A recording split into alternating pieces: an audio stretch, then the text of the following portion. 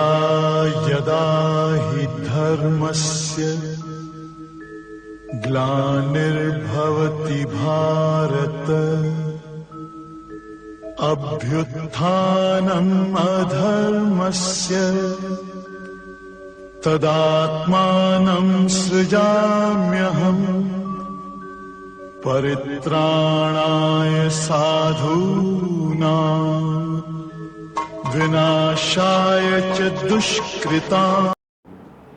तो उन्होंने बोला इसका उपाय है कि तुम्हें जो व्यक्ति कल प्रातः काल पहला व्यक्ति मिले उसको तुम गुरु मान लेना, तुम्हारे जीवन गुरु आ जाएगा। कहा गुरु कहाँ से पाए? नारायण ने बोला मैं गुरु कहाँ से पाऊँ? आप कहते गुरु नहीं तो मैं गुरु मैं चाहता हूँ, कहाँ मैं ढूंढूं? तो कहा कल प्रातः काल जो सबसे पहला व्यक्ति मिले वो तुम उसको गुरु मान लेना। अब ये प्रातः काल उठ के निकला तो पहले ज़माने में, आज से 50 साल पहले ज़माने में नगर निगम के भिस्ती होते थे जो चमड़े का बैग लिए रहते थे, पीछे टांग रहते थे और मोहरी को साफ करते थे। पहले लोग बाहर मलमूत्र करते थे तो मोहरी को साफ करते थे, वो हम लोगों ने देखा है, उनको बोलते हैं भिस्ती। तो जब वो सुबह निकला तो सबसे पहले सुबह वही दिखाई पड़ गया। तो नारद ने कहा है भिस्ती, ये इसको गुरु क्या बनाए? उसके मन में उसके वो हुआ, अश्रद्धा पैदा हुई कि ये भिस्ती को गुरु बनाए। लेकिन क्योंकि गुरु ने कहा है, भगवान ने कहा है बनाओ, इसलिए उसने उसको गुरु मान लिया। गुरु बना तो लिया लेकिन अंदर में गुरु के प्रति श्रद्धा नहीं थी और बड़ा खुशी आया भगवान के पास कि आपके कहने में मैंने गुरु बना लिया। इतनी बात बोली तो भगवान ने बोला जब जाने लगे अब इसको घोर नरक मिलेगा।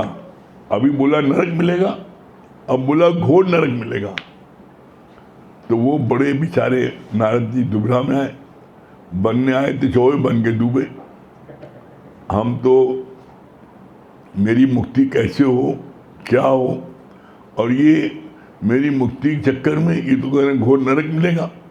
इनका कहना भी मैंने मान लिया, मैंने गुरु बना लिया और उसके बाद में कह रहे घोर नरक मिलेगा।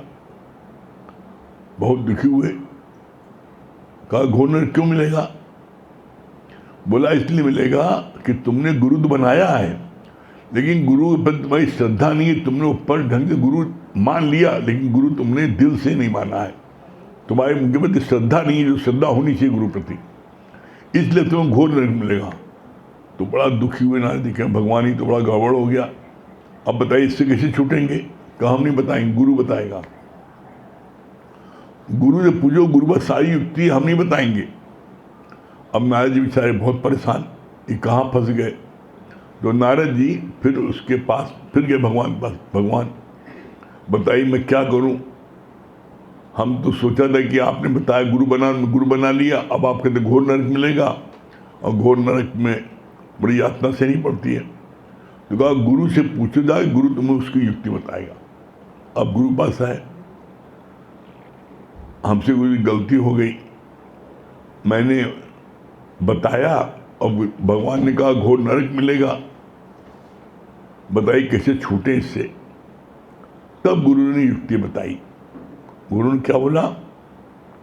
भगवान से कहना नरक कैसा होता है, हमें जमीन बना के दिखा दें।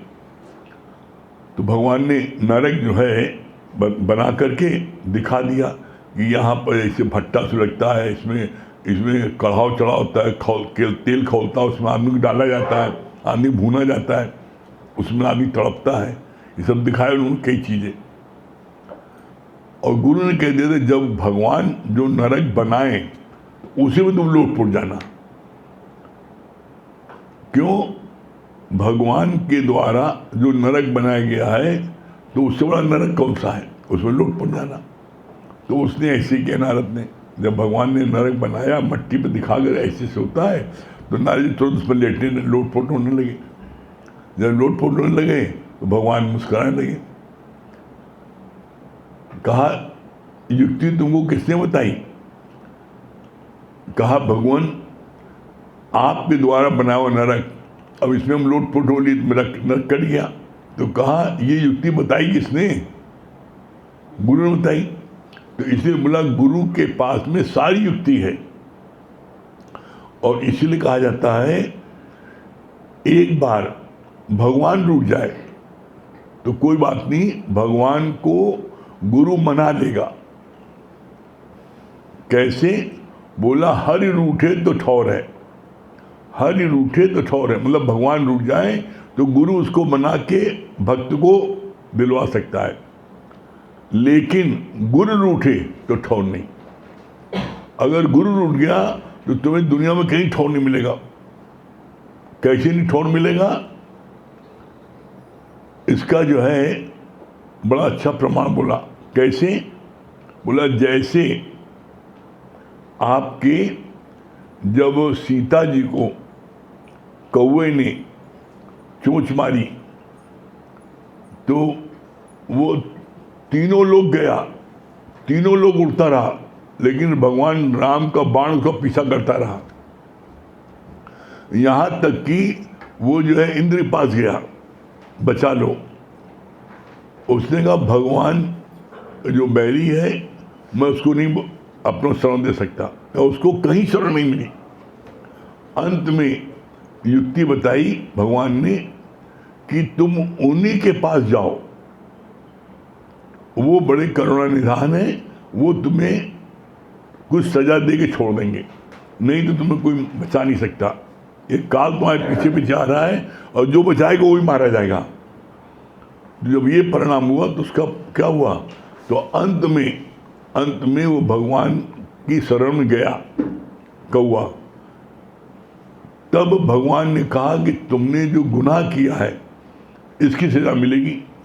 तुमने जिन आँखों से देख करके चोट मारी, तुम्हारी एक आँख फोड़ जाएगी। तो भगवान ने कौवे की एक आँख फोड़ी का सजा देंगे, जिससे कि तुम्हें जिंदगी भर याद रहे। तो जितने भी पक्षी हैं, जितने सबकी आँख है, सिर्फ एक कौवे की एक आँख है। कौवे की तब से एक आँख हुई है, और कौवे की आँख कहाँ है? और सबकी आँख जो है नाक के अगल बगल होती है, ऐसे उसकी नाक के ऊपर है, उसकी आँख जो नाक पर है। तो वो जब इधर देखता है तो उसकी जो है आँख इधर चली जाती है, इधर देखता आँख इधर चली जाती है, वो एक आँख से देखता है। तब से कौवा एक आँख का हो गया। तो इसीलिए बोला गया गुरु का बैरी उसको कहीं जगह नहीं मिलेगी।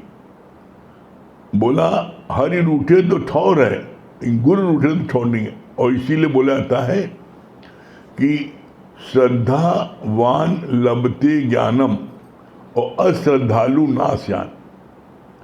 जिसके भी मन में गुरु के प्रति अश्रद्धा होगी उसका नष्ट होना निश्चित है, उसको कोई ताकत नहीं बचा सकती। क्यों नहीं बचा सकती? इसका वर्णन भगवान कृष्ण ने अपने उसमें 11वें अध्याय में किया है। क्या बोला है? मेरा ये ब्रह्म ज्ञान जो मेरे प्यारों में बांटता है वो मेरा अतिशय प्रिय है, उससे ज्यादा कोई दूसरा प्रिय नहीं है, वो मेरा ही रूप है, उसके और मेरे में कोई भेद नहीं है बोला।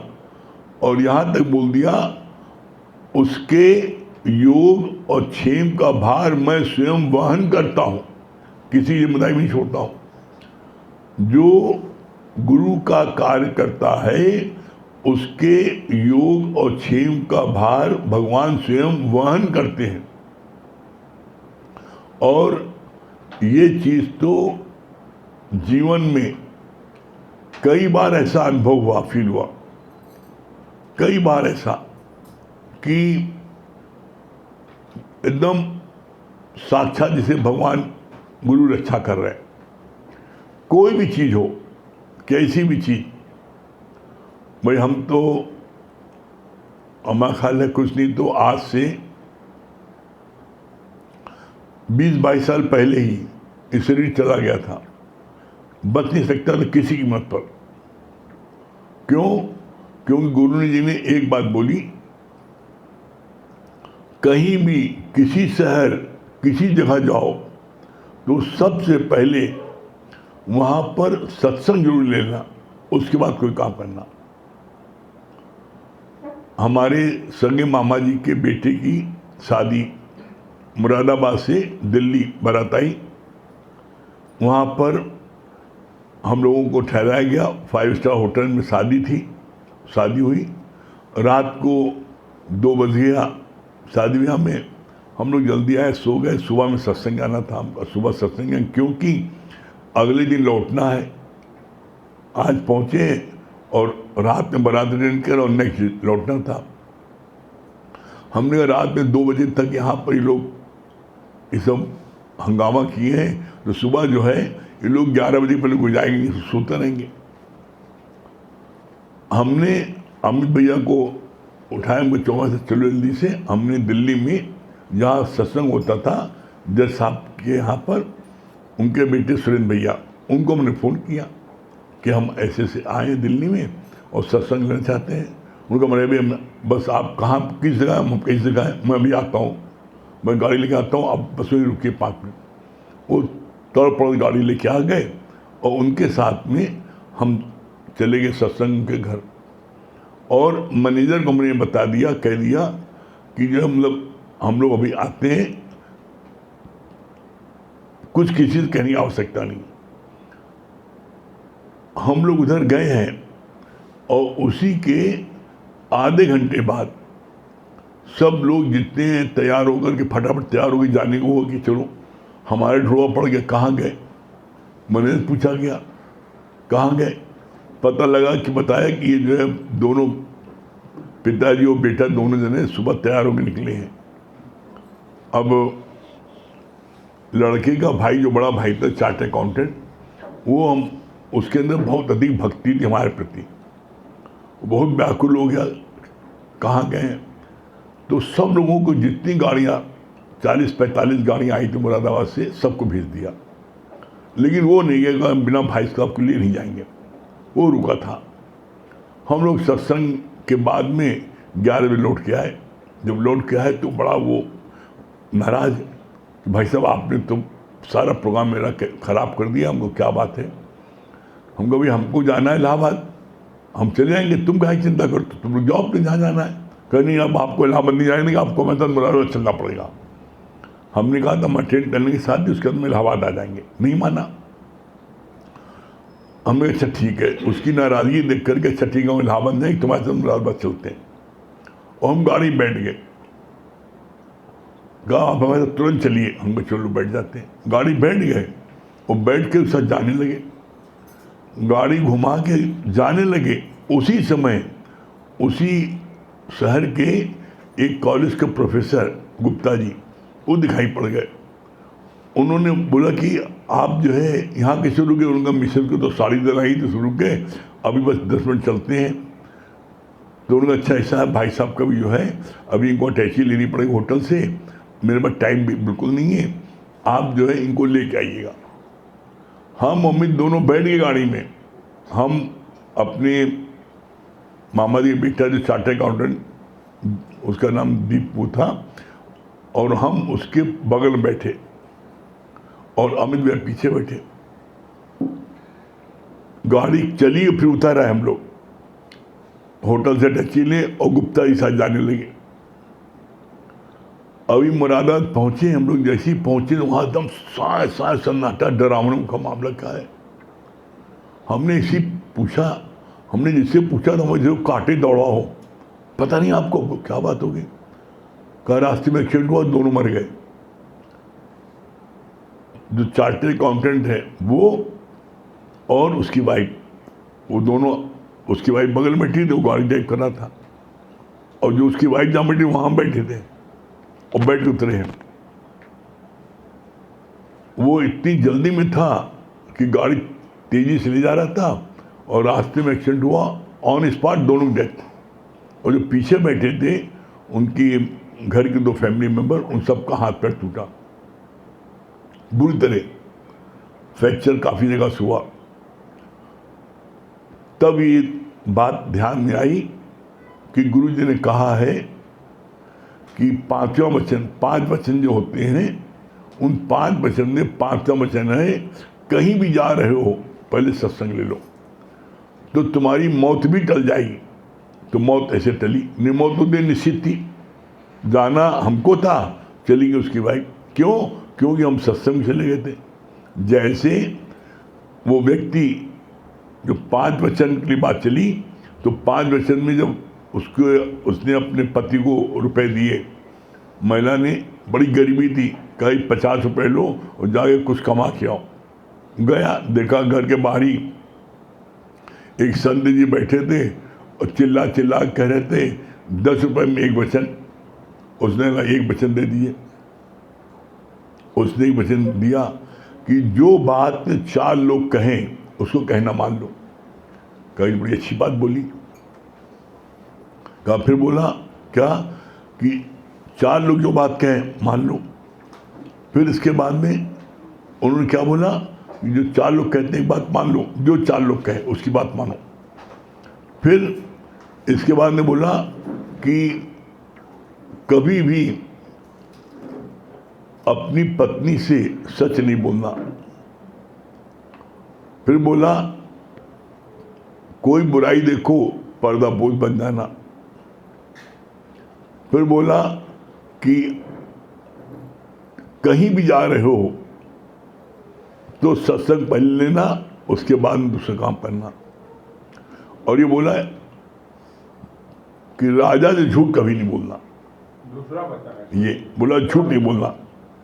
कहा ठीक है। उसने जब वो गया, अब 50 रुपये खर्चा हो गए।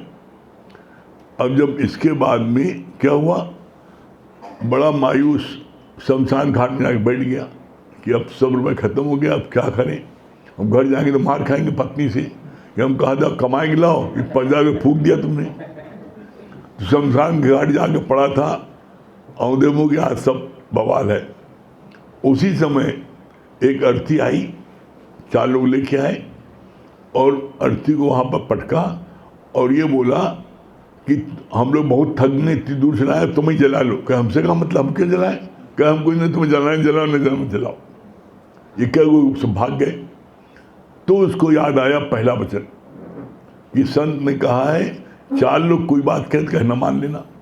तो 4 लोगों की बात कहना मान के उसने उस अर्थी को जलाने लगा। जब जलाने लगा तो देखो बड़ा मोटा महाजन था, उसके पूरे कमर में असरफियाँ बंदी थी खूब। महाजन लोग जो होते हैं वो अपनी कमर से बांधते हैं और मार असरफी सोने की। और जब उसको जब अग्नि में चढ़ाया जाता है तो ये रस्म होती है कि उसको जो है नहला करके और उसके सारे कपड़े उतार दो। जैसे निर्वस्त्र आता है उसे निर्वस्त्र जलाओ। जैसे उसको निर्वस्त्र किया गया तो सारी गिन्नी खन खन खन खन नीचे गिरी। सारी गिन्नी उसने बटोली, झोले में रख लिया और ले करके भागा घर गया। जब घर पहुंचा और पत्नी सामने एक झोला जब गिन्नी रखी तो पत्नी का दुनिया में कौन सा ऐसा व्यापार है कि 50 रुपए में तुम एक झोला गिन्नी लिया है। अब उसको दूसरा वचन याद आ गया कि पत्नी से सच मत बोलना। तो उसने क्या कहानी गढ़ी। उसने कहा क्या बताएं भगवान, हम जा रहे थे, 50 रुपये तुमने दिए थे, बड़ा मन उदास था, हैं कि क्या करें। तो हमने अपना सिर जो है, जो देहात के मोड़ पर जो पेड़ है, हमने अपना सिर उसमें मारा जोर जोर। जैसे उस सिर मारा खूब जोर जोर तो उस घन घन गिन्नी गिरने लगी। और ये बात उसने बताई। और जो उसकी पत्नी ने जो 50 रुपये उधार लिए थे वो रुपए उसने क्या किया, वो रुपए जिससे लिए था उसको तुरंत दे दिया और 2 गुनी और दिया, 2 गिन्नी और ले लो बख्शी था। वो कह रहे 50 रुपये के बदले 2 गिन्नी मिली है, बड़ा खुश। तो उसने पूछा कि गिन्नी कहाँ से पा गई तुम्हारे पति इतनी जल्दी। तो उसने बता दिया जो बात उसने कही थी कि जो देहात के बाहर तो जो पेड़ है वहाँ मैंने खूब टक्कर मारा मेरे पति ने सिर से टक्कर मारा तो गिन्नी गिरने लगी। अब वो महिला पूरे गांव में जाके फैला दिया कि उसका पति गया था तो उसको जो है सिर जब मारा उसमें पेड़ में तो गिन्नी बरसी है। अब जितनी गांव की महिलाएं अपने अपने पति पीछे पड़ गई डंडा लेके, तुम घर में हल जोत रहे हो, मक्कारी कर रहे हो, सो रहे हो, देखो को पति ने आके मारा है, उसने पत्थर अपना सिर सब गिन्नी जाए बटोर के, तुम लोग भी जाओ। अब स्त्री हट, सब बेचारे गए, सब पुरुष लोग गए, जाके मारा उसमें सिर, जब सब मार सब सिर फट गया, खूनामयी हो गई। राजा के पास शिकायत पहुंची कि भाई इसने जो है ऐसा ऐसा किया है। उसको पेशी हुई, भाई तुमने ऐसा क्यों किया? तो उसको तीसरा वचन याद आया कि राजा झूठ नहीं बोलना। उसने राजा झूठ नहीं बोला, उसने सच बता दिया कि ऐसे ऐसे मैंने 5 वचन खरीदे थे, 50 में मिले थे और ये वचन थे, मैंने उसका पालन किया। राजा ने कहा इतना ईमानदार, इतना गुरु भक्त, स्वामी भक्त तो कोई मिलेगा नहीं, क्यों ना इसको अपने उसको चौकीदार बना दे, ये चौकीदार बड़ी ईमानदारी से करेगा। तो उसने कहा ठीक है, तुम आज से मेरे को चौकीदारी करना। अब वो चौकीदारी करने लगा ईमानदारी से। रानी जो थी उसका संबंध वजीर से था। एक दिन उसने वजीर को और रानी को गलत हरकत में देख लिया। तो चौथा वचन क्या था? किसी की कोई बुराई देखो तो उसको उजागर नहीं करो, बल्कि पर्दापोश बन जाओ। तो जो बेचारा वो कंबल ओढ़े था, जाड़े दिन था, उसने उनको ऊपर कंबल डाल दिया जिससे कि हमने देखा कोई ना देख न पाए। सुबह जब हुई और रानी देखा ये तो चौकीदार का कंबल है, इसके मतलब हमको उसने देख लिया। तो अब तो गुरु ने बोला, हम नहीं बोल रहे, गुरु ने बोला भैया न सब लोग सोच रहे हम बता रहे। गुरु ने बोला स्त्रियां जो है ये सब प्लानिंग बनाने बड़ी माहिर होती हैं। हम नहीं बोल रहे भैया नंबर पर, नहीं डरना पड़ता है। गुरु ने बोला स्त्रियां जो है व्यू रचना बड़ी बड़ी गजब की करती हैं। तो उसने जो है जब देखा राजा ने कि ये जो है शिकायत किया कि तुमने चौकीदार रखा है बहुत करेक्टरलेस है, और देखिए उसने जो है बदतमीजी के मन उसका कंबल छना लिया। तो राजा ने कहा अगर अब स्त्री की बात न माने तो बवाल, और कहे सजा दें तो उनका कॉन्शियस डाउन नहीं कर रहा था, इतना गुरुभक्त ऐसी गलत नहीं कर सकता। तो राजा ने क्या किया? राजा ने कहा कि ऐसा है तुम इसकी सजा तुम खुद दो, तुम्हारा दोषी है, तुम ही दो इसको सजा।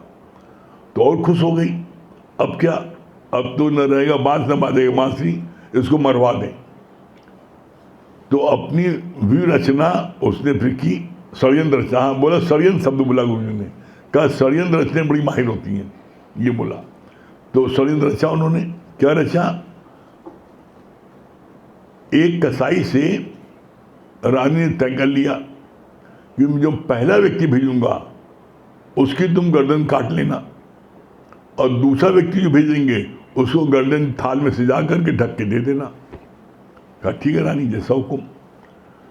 तो चौकीदार को उस कसाई के पास भेज दिया, जाओ जो उससे मिल गया हो तुमको कुछ सामान देके लेके आ जाना।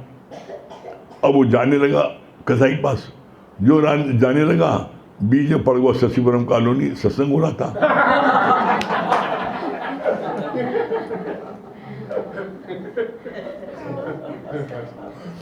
और वो बैठ गया सत्संग में, और जब सत्संग बैठ गया तो 2 घंटा सत्संग में निकल गया। जब 2 घंटा निकल गया तो रानी ने ये सोचा आधे घंटे बाद 1 घंटे में कि पहला व्यक्ति जो उसको भेजा था उसने काट कर रख लिया है, अब अपने भाई को भेजे जाग लेता है। तो 1 घंटे बाद अपने भाई को भेजा कि लेते आओ। तो जब उसका भाई गया वो हो गया पहला व्यक्ति। अब वो तो वहाँ सत्संग सुन रहा है, पहला व्यक्ति है। तो उसने उसको पूछा नहीं, ताजा क्या दे रहे हैं? गर्दन मारी, उससे नीचे रख लिया थाल में और ढक दिया उसको। और जब 2 घंटा बीत गया, सत्संग समाप्त हुआ, तो उसको एकदम से याद आ, अरे बाबा रानी साहबा ने कहा था वहाँ सामान लाना है, और वो भाग के गया जल्दी से।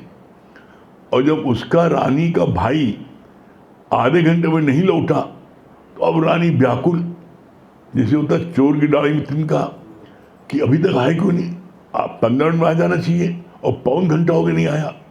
तो अब रानी जो है, जब कोई व्यक्ति बहुत व्याकुल हो जाता है या अधीर हो जाता है, तो अपने घर के बारजे में छत पर खुद से टहलता है। वो टहलने लगी बारजे पर। जब इसको याद आया चौकीदार को, 2 घंटे बाद गया और वो थाल लेके चला आया। जब दूर से रानी ने देखा ये चौकीदार आ रहा थाल लेकर के, वो समझ गई कि मेरा भाई की गर्दन कट गई, ये लेके आ रहा है। तो अभी तक आपने सुना होगा, पाप जो है वो सिर पर चढ़ के बोलता है। तो अब रानी ने पाप किया था, तो उसका पाप उसके सिर पर चढ़ गया, और वो छत पर से जोर चिल्लाने लगी, तू सच्चा मैं झूठा, तू सच्चा मैं झूठा। राजा ने कहा बवाल, कहा चिल्ला रही जो, बाहर निकला, क्या बात है, कहा। तब उसने राजा से पूरी हकीकत सही बताई कि आपका चौकीदार सच्चा था, मैं गलत था, मेरा संबंध वजीर था, और मैंने जो है गलत हरकत में हमको उसने देखा था, तो उसने अपना कम्बल उड़ा दिया था, और मैंने इसको इल्ज़ाम लगा कि मरवाना चाहता, तो मैंने कसाई को वहाँ इसको भेजा था, और भाई को लेने भेजा था गर्दन, और ये 2 घंटे बाद पहुँचा, वो पहला पहुँच गया, तो मेरे भाई गर्दन कट गई, तो वो पागल हो गई बिल्कुल।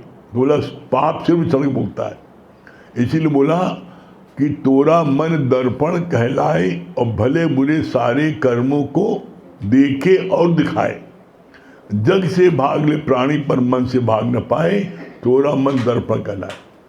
कभी भी जीवन में अगर आप गलत काम करोगे, तो गलत काम का आपका मन आपको शांत नहीं रहने देगा, मन आपको हिला देगा, और आपको रात में सोने नहीं देगा। और आप देख लीजिए, जो लोग गलत काम करती हैं वो रात में सो नहीं पाते, वो रात भर उनको जो है वो रहते हैं, रात भर वो जो है परेशान रहते हैं। तो ऐसे में आप देख लो, कभी भूल के भी आप जब कोई कार्य करने बैठो, जब कभी कोई कार्य नहीं कर लो, और आपका मन अगर आपको रोके, अंदर वाला परमात्मा, भूल के वो कार्य नहीं करना।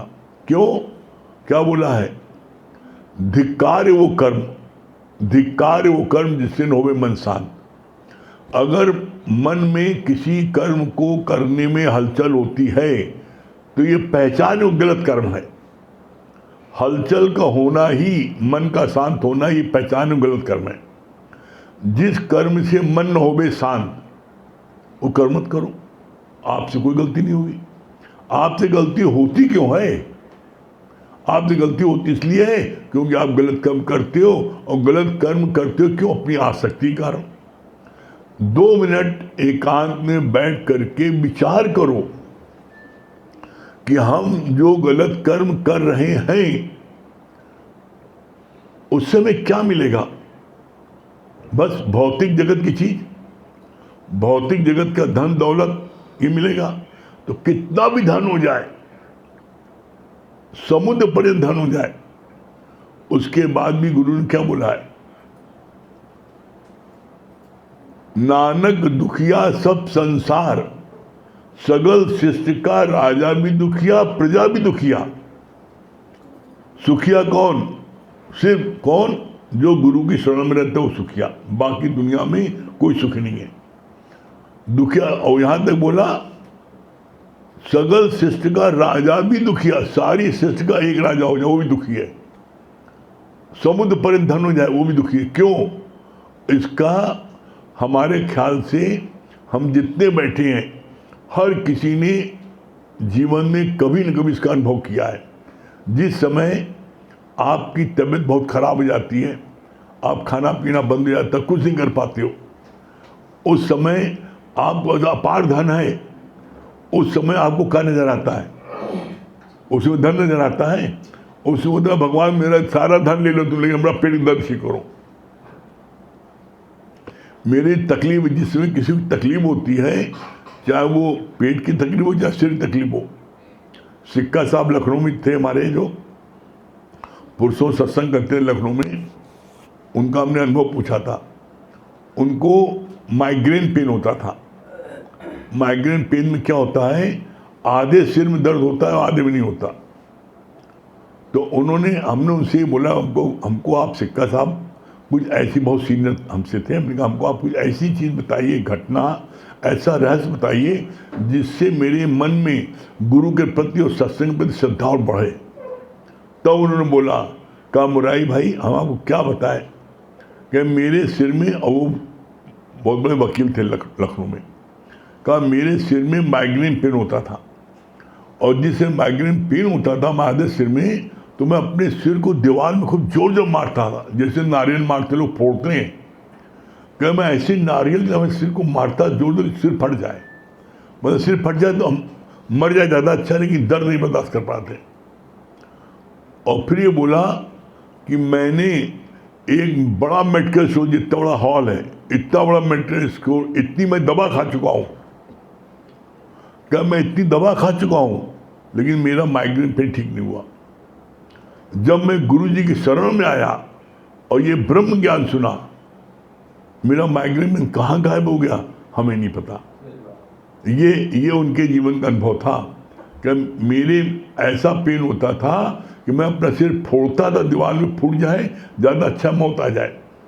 और वो गुरु जी का जब सत्संग सुना, तो गुरु जी के सत्संग सुनते सुनते अपने जीवन के अनुभव में बोला कि मैं गारंटी से कहता हूँ कि किसी का दर्द हो, डिप्रेशन हो, कोई इस प्रकार बीमारी हो, तो कोई दवा नहीं है, लेकिन ब्रह्म ज्ञान कोई सुनेगा तो गारंटी उसका ठीक हो जाएगा। और मेरा ठीक हुआ, और मैं मेडिकल स्टोर इतना बड़ा उसका दवा खा चुका, लेकिन ठीक नहीं हुआ था, गुरु जी ज्ञान ठीक हुआ। तो ऐसे में इसीलिए कहा गया है कि दुनिया का तुम कोई भी जब तप करो, उसका तुम्हें पुण्य मिलेगा अगले जन्म में, लेकिन ब्रह्म ज्ञान का फल मिलेगा तुमको अभी का अभी। अब मर्जी अपनी है, तुम चाहते हो कि हम स्वस्थ रहें, हमेशा आनंद में रहें, तो ये ब्रह्म ज्ञान नित्य लेना पड़ेगा, कोई दूसरा रास्ता नहीं है। और जो नित्य ब्रह्म ज्ञान ले लेगा, निश्चित उसके जीवन में आनंद की प्राप्त होगी।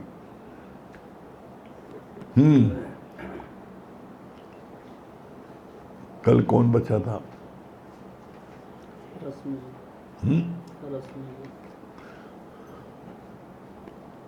रश्मि जी दिल्ली